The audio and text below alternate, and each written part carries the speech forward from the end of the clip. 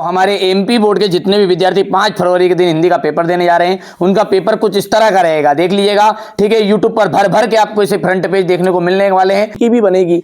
नवाब साहब ने खीरों की फांकों का क्या किया, खिड़की से बाहर फेंक दी। वाच्य कितने प्रकार के होते हैं? 3। ठीक है, बाबूजी पाठ करते थे तो रामायण जी का वो पाठ करते थे। प्रगतिवाद के कवि माने जाते हैं।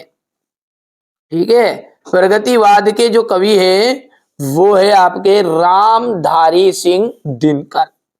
विनय पत्रिका के कवि का क्या नाम है? विनय पत्रिका हमारे तुलसीदास जी ने रची थी। वीर रस का स्थायी भाव होता है उत्साह। क्या होता है वीर रस का स्थायी भाव? उत्साह। चलिए अगला देखते हैं। कुर्तवाच्य में क्रिया जो है क्रिया के अनुसार बदलती है। तो क्रिया जो है वो कर्ता के अनुसार बदल जाती है। तो यहां पर लिख देते हैं अपन कर्ता। थोड़ा सा इसको अपन बढ़िया से बड़ा कर लेते हैं ताकि आपको कोई समस्या नहीं होगी। ठीक है, आप तो अच्छी तैयारी करो, मेरी पूरी जवाबदारी है। ये पेपर जितने बता रहा हूं उतने कर लो। यदि 1 नंबर भी आपका कट जाता ना तो मेरी गारंटी है। ठीक है, पहले आप इनको कर लो, आपको लगे तो भले अलग से कर लेना, फिर भले ही ना। भोलानाथ का असली नाम क्या था? तारकेश्वर नाथ। तारकेश्वर नाथ। ठीक है, चलिए इसके बाद में सूरदास के गुरु कौन थे? वल्लभाचार्य थे। कौन थे? वल्लभाचार्य। तो वल्लभाचार्य एकदम राइट आ जाएगा। सरोठा जो छंद होता है उसमें कितने चरण होते हैं? सरोठा छंद में 4 चरण होते हैं। कितने चरण? 4 चरण। श्रृंगार रस का स्थायी भाव रति होता है ना।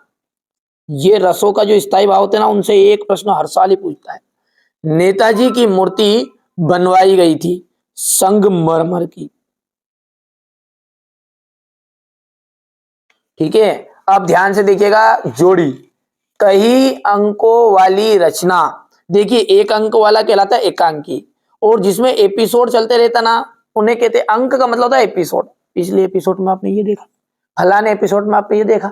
ठीक है, तो ये क्या कहलाएगा? आपका नाटक कहलाएगा। आदमी जात का आदमी। ठीक है, आदमी जात का आदमी ये जाएगा पतितों के देश में। अगला है प्रत्येक। प्रत्येक का जाएगा प्रतिधन एक।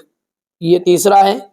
मैया। मैया का जाएगा कड़वा तेल लगाती थी।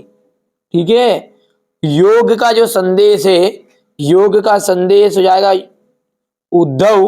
पंचवटी। पंचवटी जो एक खंड काव्य है। यहां से बढ़िया से आप तो कंप्लीट कर लो, और इसके बाद में अपन बात करते हैं एक वाक्य में उत्तर। ठीक है, शब्द शक्ति जो होती है वो कितने प्रकार की होती है? तो 3 प्रकार की होती है शब्द शक्ति। ठीक है, शब्द शक्ति किसे कहते हैं? देखिए शब्द और अर्थ दोनों का संबंध को शब्द शक्ति कहते हैं। ठीक है, शब्द और अर्थ के संबंध को शब्द शक्ति कहते हैं। भोलानाथ सिसकना क्यों भूल गए? साथी बच्चों को खेलता देखकर।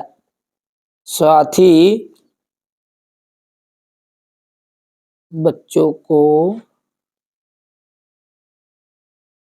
खेलता देखकर।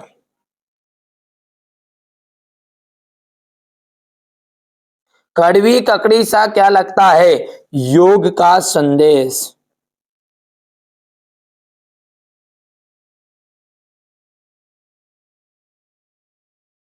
ठीक है, वात्सल्य के अलावा रसों की संख्या कितनी मानी गई? देखिए वात्सल्य रस को हटा देना तो हम रसों को 9 रसों के रूप में जानते हैं। ठीक है, हिंदी का सर्वाधिक लोकप्रिय विधा कौन सी है? कहानी। ठीक है भैया, अब सत्य असत्य संधि की 3 प्रकार की होती है क्या? ठीक है, तो स्वर संधि, व्यंजन संधि और विसर्ग संधि सिद्धि है।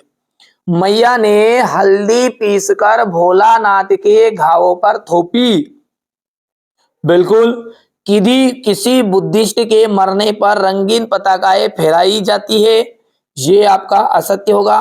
गोपियों ने उद्धव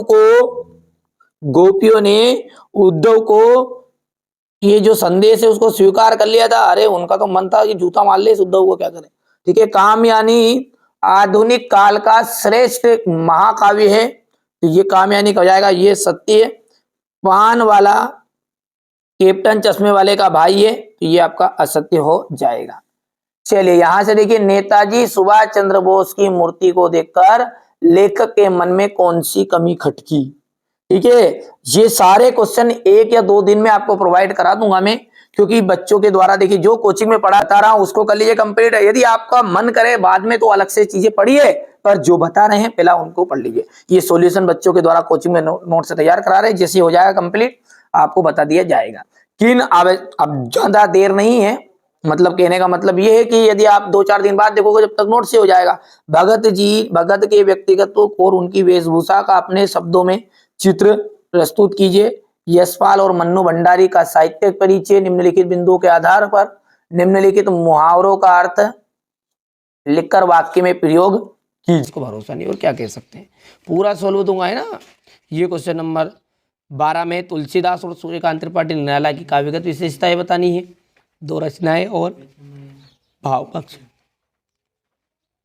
गोपियों द्वारा उद्धव को भाग्यवान कहने में क्या व्यंग निहित है, ये यहाँ से हो गया है। ये क्वेश्चन नंबर आपका 16 हो गया है।